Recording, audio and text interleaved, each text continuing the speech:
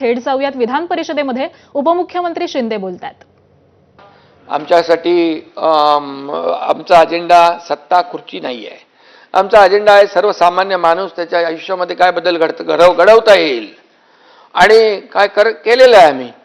आज महाराष्ट्रामध्ये मी पुढे येतो त्याच्यावर तुम्ही हसलात तरी तुम्हाला ते मान्य करावं लागेल की गेल्या 4 वर्षामध्ये या सरकारमध्ये काय काय केलेलं आहे।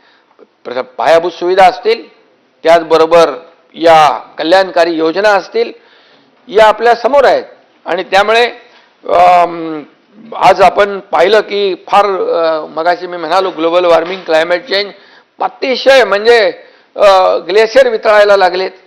या ठिकाणी समुद्राची लेवल वाढायला लागलेली आहे। अगदी ढगफुटीसारखा बदाबद पाऊस पडतो आहे आणि त्यामुळे हे सगळं जे आहे याप्रमाणे युरोपामध्ये तर उष्णतेच्या लाटा आहेत।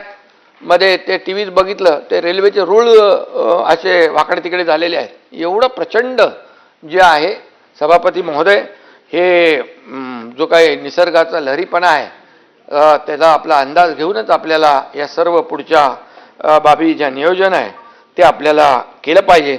परंतु अंबादासजी, यामध्ये मी आपल्याला सांगतो हे जे निसर्ग आहे आणि निसर्ग जो आहे त्याच्यासमोर आपल्याला आपण किती काय केलं तरी सुद्धा आपण टेंगणे आहोत।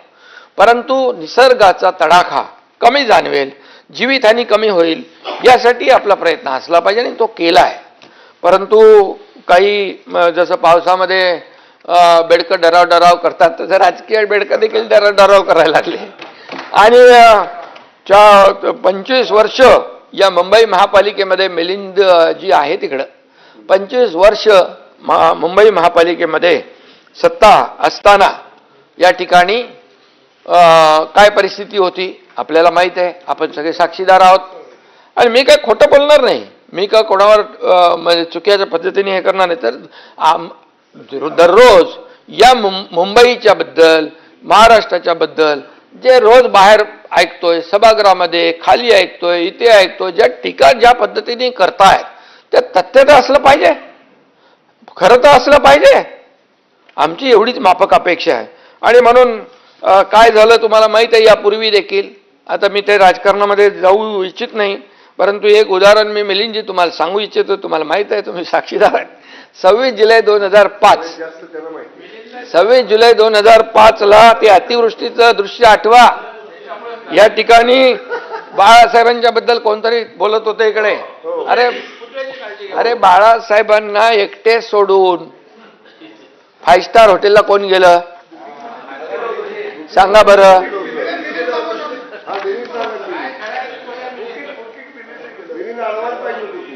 सभापती महोदय, म्हणजे काय आता जे लोक बोलतात त्यांना जुनं थोडं आठवून आपल्याला माहिती करून दिली पाहिजे, विसरतात।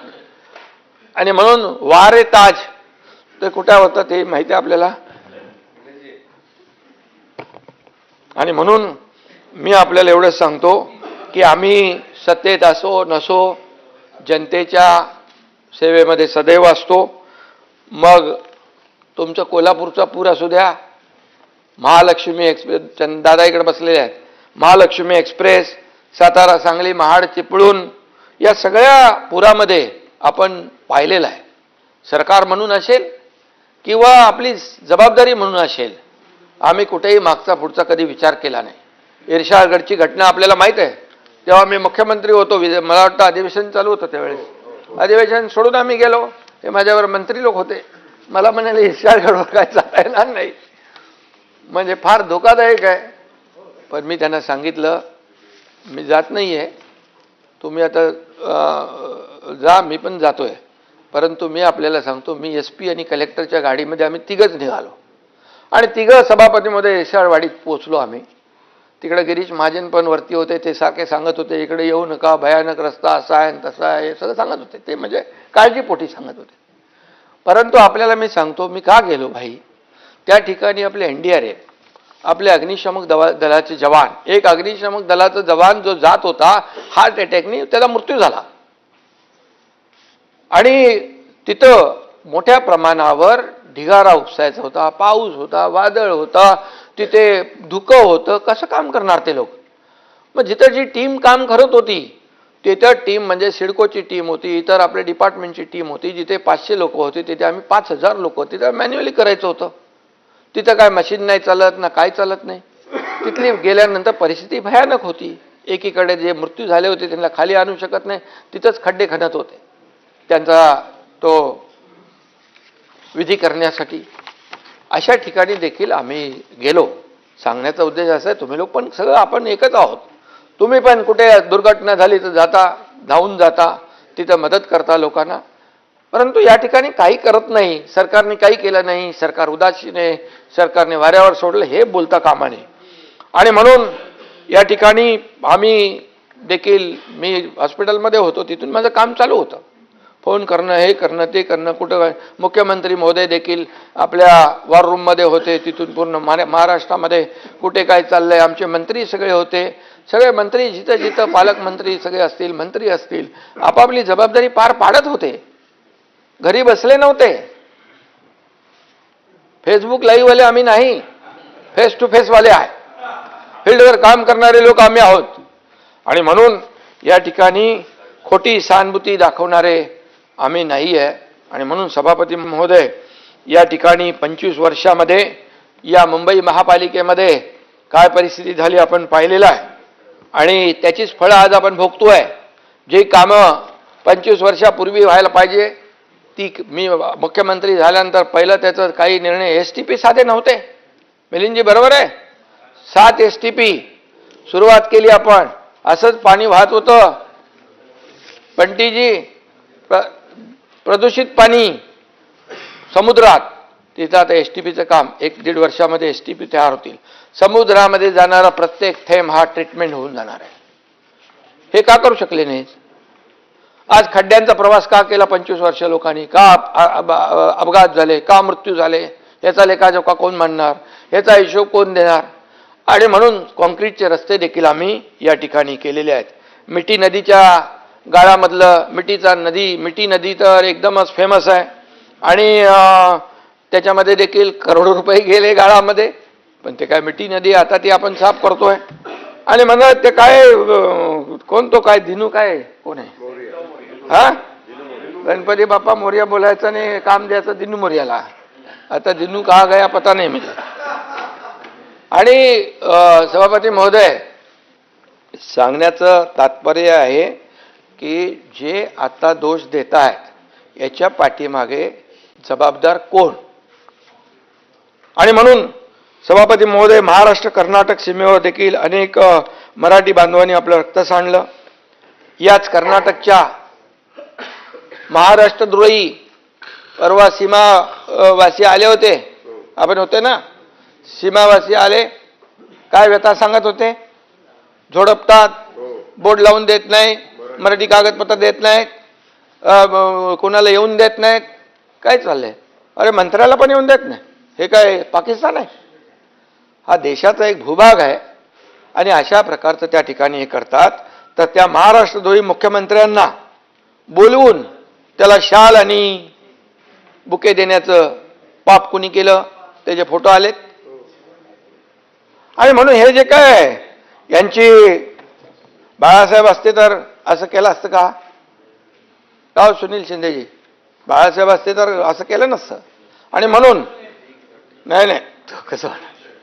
आणि म्हणून परवा सीमा प्रश्नी बैठक झाली. त्या ठिकाणी तुम्ही वैयक्तिक कोणी आपल्याला घेऊ नका आपल्यावर. अरे समोर तुम्ही आहात तर तुमच्याशी बोलणार ना. इथे काय विरोधी, काय शत्रू थोडे आपण. त्यामुळे सभागृहामध्ये आपण लोकांच्या सेवेसाठी आलेलो आहोत, जनतेच्या सेवेसाठी आलो. या ठिकाणी सीमा प्रश्नाच्या बैठकीनंतर पवार साहेब खाली जाता जाता तिकडे आले. त्यांना कोणाशी, त्यांच्या लोकांशी बोलायचं होतं. माझ्या दालनामध्ये आले आणि मी वरती कॅबिनेटला होतो. मला माहीत पडलं तिकडे पवार साहेब आलेत. आता ज्येष्ठ नेते पवार साहेब आता आपले तिकडे बसले दालनात. मी ताबडतोब गेलो. त्यांना आपली संस्कृती आहे, शाल श्रीफळ दिलं. अरे काय किती मिरच्या, किती पोटदुखी, किती मळमळ, किती जळजळ, काय? अरे काय मी जल्लोषील चालणार नाही, जमाल गोटा पाहिजे. आरोग्यमंत्री हे बघ तुझं आता काय एवढं आता इतक्या वर्ष 4 वर्ष झालेत ते काहीतरी द्या त्यांना इलाज. 50 वेळा सभापती महोदय मुख्यमंत्री देवेंद्रजींकडून जाऊन त्यांना बुके देऊन लोटांगण घालून सगळं भेटतात. आम्ही कधी देवेंद्रजींनाही विचारलं नाही आणि देवेंद्रजींनी देखील मला विचारलं नाही. आमच्या दोघांना एकमेकावर विश्वास आहे. अरे जे लोक जे अशा पद्धतीने काही विचार करतात ते स्वतःची फसगत करतायत. आणि म्हणून आपल्याला मी सांगतो, पवार साहेब एक ज्येष्ठ नेते आहेत. आमची संस्कृती आहे, महाराष्ट्राची परंपरा आहे. ही विकृती कसली आहे? काय घाणेरडं ही आपली संस्कार परंपरा आहे. किती खालच्या थरावर बोलणार तुम्ही? किती खालच्या थरावर? जेवढे खालच्या थरावर बोलाल तेवढे खाली खाली खाली खाली खड्ड्यात उतरत जाणार. आणि म्हणून आपलाच खड्डा होताय. आणि म्हणून मी आपल्याला एवढं सांगतो, देवेंद्रजी आणि आम्ही आमच्यामध्ये किती काही तुम्ही काय प्रयत्न काड्या घालायचा प्रयत्न केला तरी काय होणार नाही. अरे आमचा अजेंडा काय आहे? या महाराष्ट्राला पुढे नेणं, या महाराष्ट्राचा विकास करणं, या महाराष्ट्राची प्रगती करणं, या सर्वसामान्य लोकांच्या आयुष्यामध्ये चांगले दिवस आणणं हे आमचं आहे. आणि म्हणून मी सांगतो, हम वो नहीं जो दिल तोड़ देंगे, हम वो नहीं जो दिल तोड़ देंगे, थाम कर हाथ फिर साथ छोड़ देंगे.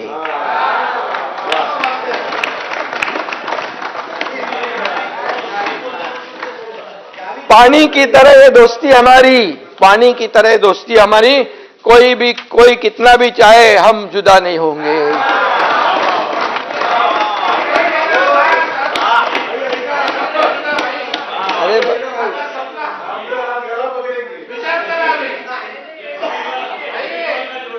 काही लोक आहेत ना मनामध्ये त्यांच्या उकळ्या फुटतात. अरे ह्यांच्यामध्ये काहीतरी चालू नाही. आम्ही रोज एकमेकांशी बोलतो, एकमेकांशी संपर्क असतो आमचा. कुठे काय झालंय, कुठे काय करायचं आहे हे सगळं आहे. आमचा अजेंडा स्वार्थ नाही, आमचा अजेंडा परमार्थ आहे. लोकांना मदत करणं आमचा अजेंडा आहे. आणि म्हणून कालपर्यंत सभापती महोदय राम भक्तांना हरामखोर म्हणणारे आज रामरक्षा म्हणू लागले.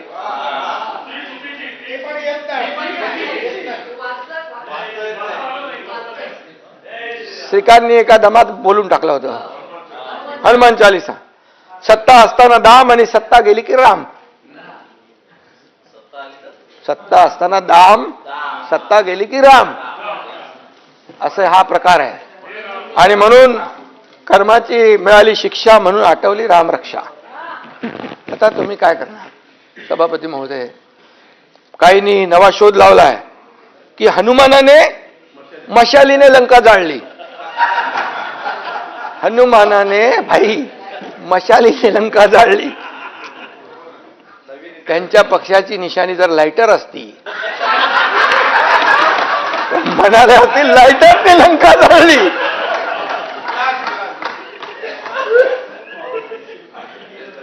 अरे तुम्ही महाविकास आघाडीचे पाटील साहेब सांगा तरी. आता रामानंद सागरला परत ते रामायण सांगायला लावू का? अरे याच्यामध्ये अंबादास एकदम त्याला पूर्ण इतिहास माहित आहे. आणि म्हणून काय बोलतील याचा नेम नाही. आणि मी नेहमी सांगतो, जो राम का नहीं वो किसी काम का नहीं. आता त्यांना कळलंय आणि म्हणून ही उपरती सुचलेली आहे. आणि म्हणून हनुमान चालीसा म्हणणाऱ्या आमदार खासदारांना जेलमध्ये कोणी टाकलं? आणि म्हणून मी सांगतो, आपल्याला देखील नावं घेत नाही मी, तुम्हाला उगाच नोटीस बिटीस यायला नको. हा संध्याकाळी विचारणं होईल कसं जाऊ घेतलं तुमचं. नहीं म्हणजे ऐसे लोगों से रखना दूरी जिनके मुंह में राम और बगल में छुरी. इसलिए मैं बता रहा हूं. सही है, सही है. अयोध्येमध्ये राम मंदिरामध्ये जे झालं,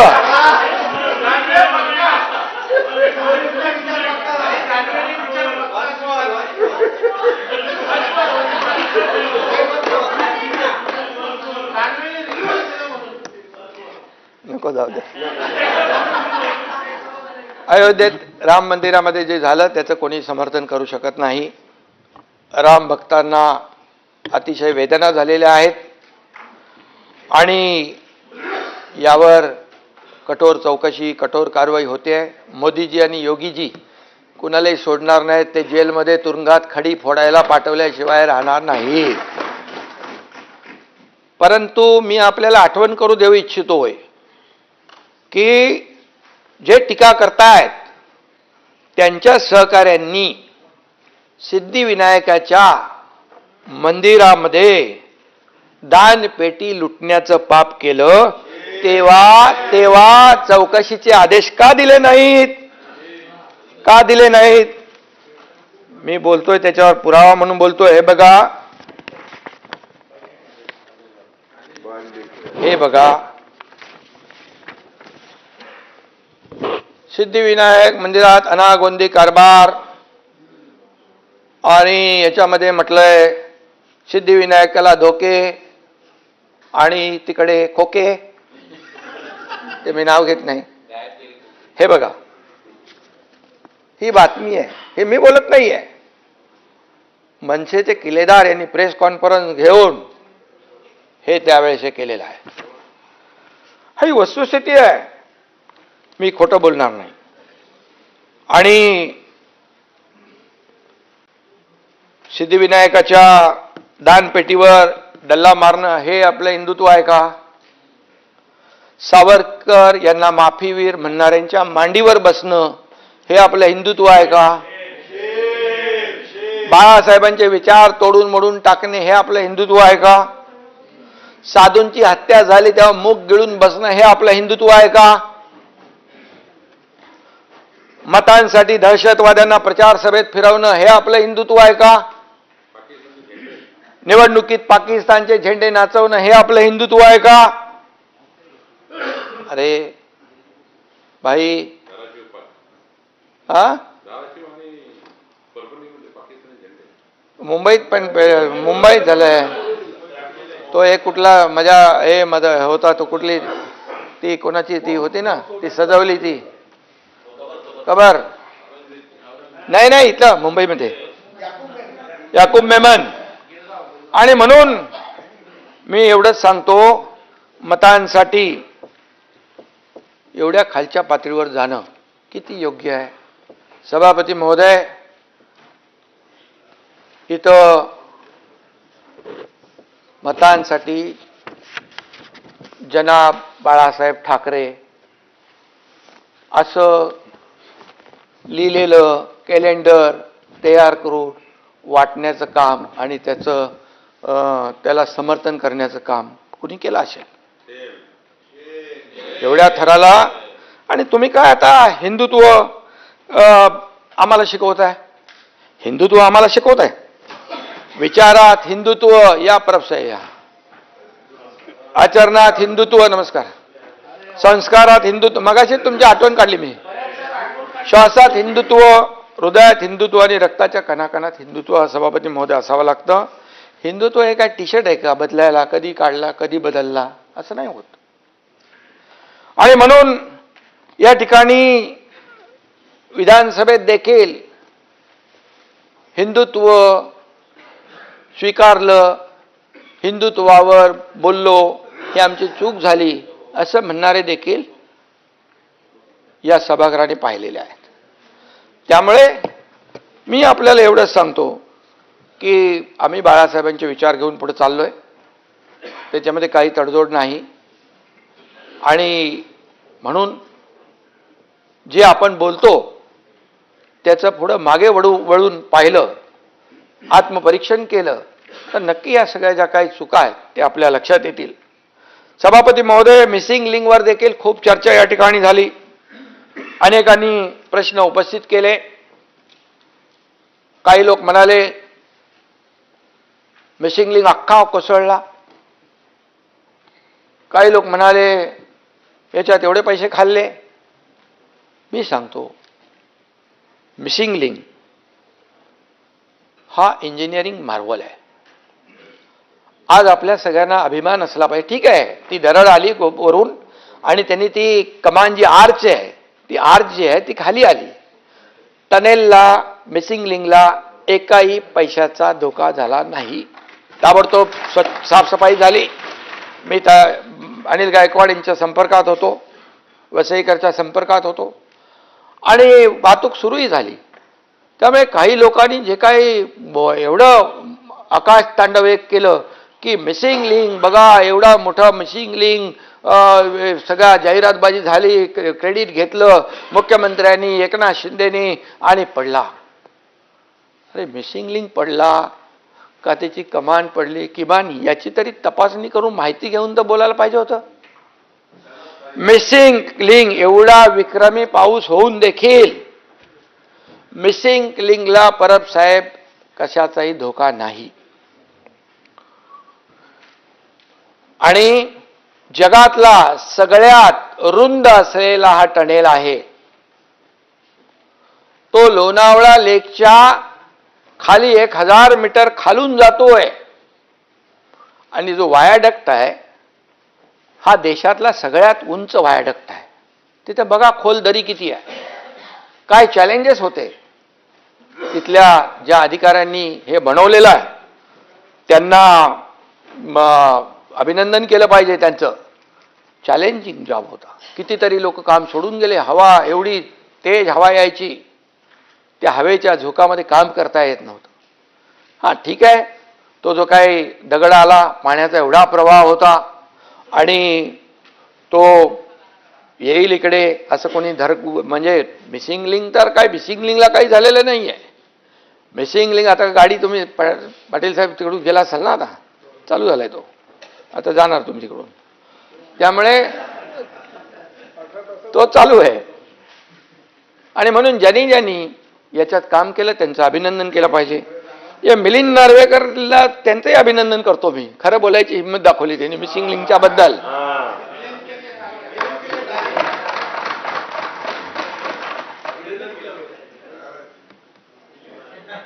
एक ध्यान में रखो,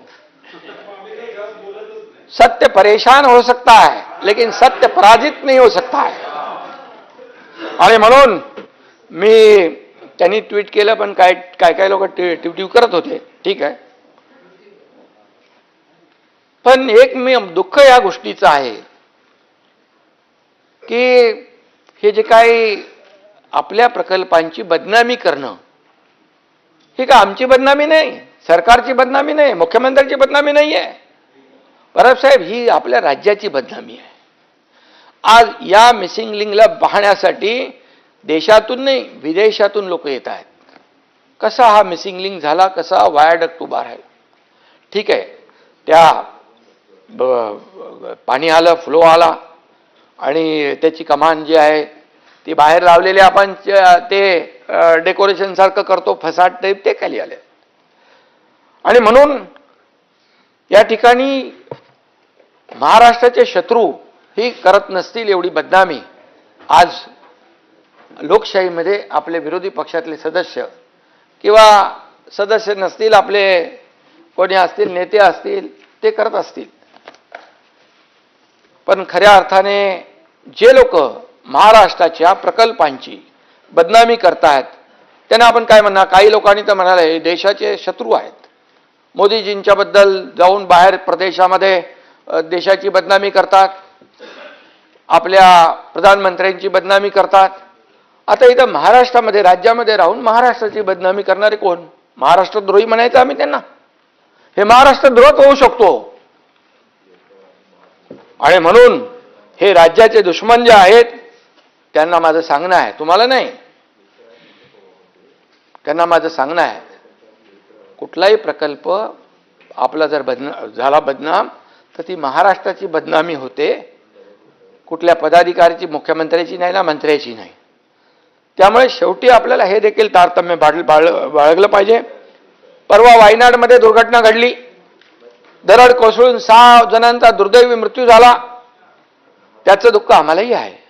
बिलकुल कोणाचा मृत्यू होणं हे त्याच्या परिवाराला जे चटका बसतो, वेदना होतात, ते आपल्याला देखील संवेदनशील लोकांना व्हायलाच पाहिजे. पण त्याचं राजकारण करायचं का?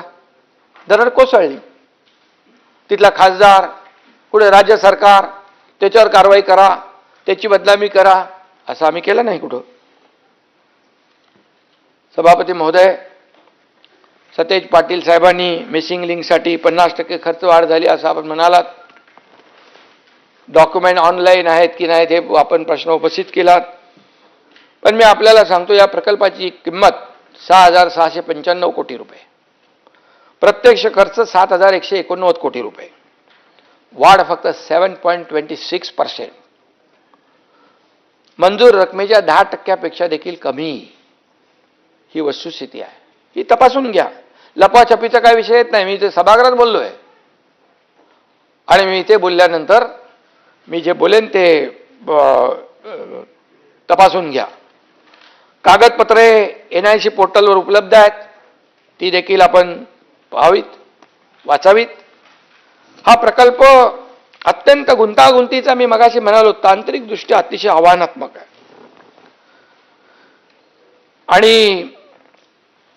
आणि म्हणूनच मिसिंग लिंकची खरी परिस्थिती आपण पाहिली तर मला वाटतं, थोडी माहिती घेतलीत तर आपल्याला याच्यातलं चॅलेंज काय, आव्हान काय हे आपल्याला कळेल. आणि ज्यांनी केलं त्यांचं कौशल्य देखील आपल्या लक्षात येईल. जे झालेलं आहे त्याचं समर्थन आम्ही बिलकुल करत नाही. ताबडतोब ते सुरू झालं पाहिजे, मार्ग खुला झाला पाहिजे, याचं काम केलं आम्ही ताबडतोब. एकदा तर दरड कोसळली, मी मंत्री होतो तर स्वतः जाऊन तिथे थांबलो होतो मी. आमचे त्या दिवशी पण राजे होते, शिवेंद्र बाबा तिकडं गेले होते. या सतेजजी, या प्रकल्पामुळे मुंबई पुणा 40 मिनिटांनी अंतर कमी झालं. पुढचं सातारा, तुमचं कोल्हापूर, सगळंच. पश्चिम महाराष्ट्रामध्ये हा गेम चेंजर प्रकल्प आहे. दर दिवशी 1 कोटी रुपयाचं इंधन वाचतंय, प्रदूषण वाचतंय, वाहतूक कोंडी वाचतेय. आणि म्हणून हा प्रकल्प जो आहे हा गेम चेंजर प्रकल्प आहे असं मी या ठिकाणी सांगू इच्छितो. सभापती महोदय, हा रस्ता जो आहे मुंबई पुण्याचा, जेव्हा मुंबई पुणे हा द्रुतगती मार्ग झाला, गडकरी साहेबांनी केला त्यावेळेस, बाळासाहेबांच्या संकल्पनेतून, त्यावेळेस देशातला हा ॲक्सेस कंट्रोल पहिला रस्ता होता. आणि मुंबई पुणे हा अपडाऊन लोक रोज करू लागले. IT पार्क वाढले, सर्व्हिस इंडस्ट्री वाढली, मोबाईल इंडस्ट्री वाढली, तिकडे रिअल इस्टेट बूम झालं, किती प्रगती झाली. एक रस्ता काय करू शकतो. आणि आता या मिसिंग लिंकमुळे देखील त्याच्यामध्ये आणखी फायदा होईल आणि मग या सगळ्या क्षेत्राला त्याचा फायदा होईल. मी एवढंच सांगतो की ज्यांनी ज्यांनी हे काम केलंय त्यांना सल्यूट केला पाहिजे. आणि ज्यांनी आरोप केलेत त्यांच्याबद्दल देखील मी एक सांगू इच्छितो की इल्जाम लगाने से पहले आईना देखा होता, इल्जाम लगाने से पहले आईना देखा होता, सच की रोशनी में अपना चेहरा भी नजर आया होता. सच्चाई बघा, सत्य बघा, पण डोळ्यावर टिकेची झापडं बांधल्यानंतर काय कळणार, काय कळणार. आणि म्हणून सत्सद विवेक बुद्धीची जी लिंक आहे तीच मिसिंग झाली तर आम्ही काय करू शकत नाही. कनेक्टिंग लिंक 24 तासात सुरू झाली, पण विरोध करणाऱ्यांची लिंक 24 वर्ष उघडते की नाही माहित नाही. ठीक आहे, जाऊ द्या. मागे अटल सेतूच्या बाबतीमध्ये असंच केलं. अरे अटल सेतू उखडला उखडला उखडला उखडला. अरे जो तो चालला अटल सेतूवर सभापती महोदय फोटो काढायला, सेल्फी पॉइंट झालं तिकडं. काय होतं, सर्व्हिस अप्रोच रोडला एक भेग पडली होती. आज अटल सेतूवर जातोय ना आपण, सगळे जातोय आपण. आज अटल सेतूमुळे एअरपोर्ट, नव्या मुंबईचं एअरपोर्टला जाण्याचं अंतर किती वाचलं, किती फायदा झाला अटल सेतूमुळे. आणि या सगळ्या गोष्टी ह्या ज्या काही आपण केलेल्या आहेत, याचं जी कनेक्टिव्हिटी आपण केली आहे महाराष्ट्रामध्ये, त्याचं कौतुक करायचं तर जाऊ द्या, परंतु टीका तरी करू नका. खऱ्या अर्थाने या अटल सेतूवर परबसाहेब 30,000 पेक्षा जास्त वाहनं इथून ये जा करतायत आता. आणि अनेक देखील टीका झाल्या मॅन्युअलमधून. मगाशी मी चर्चा केली, मॅन्युअलमध्ये पडून मृत्यू झाला. 5 वर्षापूर्वी देखील डॉक्टर अमरापूरकरांचा असा दुर्दैवी मृत्यू झाला होता. एक डॉक्टर होते ते, या घटना सगळ्या दुःखदच आहेत, या वेदनादायीच आहेत. झाड पडून मृत्यू झाले पूर्वी, पण सगळा हिशोब आहे आमच्याकडे. पण या घटना टाळल्या कशा जातील याच्यावर आपण एकमताने विचार केला पाहिजे का. त्याचं राजकारण करता कामा नये. मला त्याच्यावर काय राजकारण करायचं नाहीये. कोणाच्या काळात किती झाडं पडली, कोणाच्या काळात किती मृत्यू झाले, ते काय मृत्यूचं राजकारण करणं सगळ्यात दुःखद आहे, सगळ्यात दुर्दैवी आहे. आणि म्हणून या दुर्घटनेचं राजकारण थांबवून संवेदना दाखवण्याची आवश्यकता आहे. रस्त्याच्या काँक्रिटीकरणामुळे झाडं पडली असे काही लोकांनी आरोप केलेला आहे. महापालिका आयुक्तांनी त्याचा खुलासा केलेला आहे. मी पुन्हा एकदा सांगू इच्छितो, गेल्या आठवड्यात मुंबईत 830 झाडं कोसळली. त्यापैकी सरकारी आणि रस्त्यावरची 350 झाडं होती. बाकी 480 झाडं सभापती महोदय खाजगी जागांवर होती, सोसायट्या वगैरे. काँक्रिटीकरणाचा जो विषय आहे काही ठिकाणी नक्की असू शकतं, परंतु आपण जे आता काँक्रिटीकरण जे इतके वर्ष झालं नव्हतं, 2 फेजमध्ये 6,500 कोटीचं काँक्रिटीकरणाला मंजुरी दिली, त्याच्यामध्ये सॉकपीट देखील ठेवायला सांगितलेले आहेत. जी झाडं आहेत त्याच्या बाजूला आळं झालं पाहिजे, त्यातून माती असली पाहिजे, तिथून पाणी मुळापर्यंत गेलं पाहिजे. या सगळ्या गोष्टी ज्या आहेत त्या सांगितल्यात आणि कुठे त्याची अंमलबजावणी होत नसेल तर बिलकुल आम्ही ते करू. आणि आता आपण पाहिलं की 80-90च्या स्पीडने वारे वाहत होते, त्यामुळे झाडं पडली, फांद्या पडल्या. ही वस्तुस्थिती आहे. 20 वर्षात पावसाचं गणितच बिघडून गेलेलं आहे. ज्या पद्धतीने पाऊस वाढला आहे त्या पद्धतीने आपण तशी योजनाही करतोय. मुंबई महापालिकेमध्ये पुराच्या नियंत्रणासाठी जे काही योजना केलेल्या आहेत, महापालिकेचे 547 पंप कार्यरत आहेत. MMRDA, रेल्वे आणि इतर यंत्रणा धरून 990 पंपांची व्यवस्था आहे. 6 मोठी pumping station, 10 mini pumping station कार्यरत आहेत. पावसाळ्यापूर्वी छोटे मोठे नाले आणि मिठी नदी नाल्याची सफाई जी आहे ती झाली, त्याच्यावर काही आरोप झाले. नाले सफाईत AI तंत्रज्ञान देखील वापरण्याचं काम केलं. पूर्वी गाळ न काढताच काय काय व्हायचं ते देखील त्याचे साक्षीदार आपण आहोत. AI तपासणीमुळे 2025 मध्ये कंत्राटदारांना 12.5 कोटी, तो अंबादाजी लिहून घ्या, आणि 2026 मध्ये 9,25,00,000चा दंड आकारण्यात आलेला आहे. आकडे व्हेरीफाय करा. पूर्वी कागदावर नाले सफाई व्हायची, तशी आता नाही होत. सर्वात महत्त्वाचं म्हणजे मुंबईच्या एकात्मिक पूर नियंत्रणासाठी स्वतंत्र प्रकल्प तयार करून केंद्र शासनाकडे तो पाठवला आहे. 13,000 कोटींच्या प्रकल्पाला केंद्र सरकारने तत्वतः मान्यता दिलेली आहे. यामुळे सभापती महोदय शहरातील 370 हॉटस्पॉट दूर होतील. सर्वात महत्त्वाचं म्हणजे ज्या ठिकाणी पाणी साचतं तिथं 30 मिनिटात निचरा होईल अशी व्यवस्था या ठिकाणी उभी राहील. आणि मुंबई पाण्याखाली जाऊच नये अशा प्रकारची भावना तुमची आमची सगळ्यांची आहे. अशी व्यवस्था आपण या ठिकाणी पुढच्या ह्या सगळ्या प्रकल्पांमध्ये आहे. मी एकच सांगतो की एवढ्या मोठ्या पावसात देखील कुठली मेट्रो बंद झाली नाही. मेट्रो तपासून घ्या.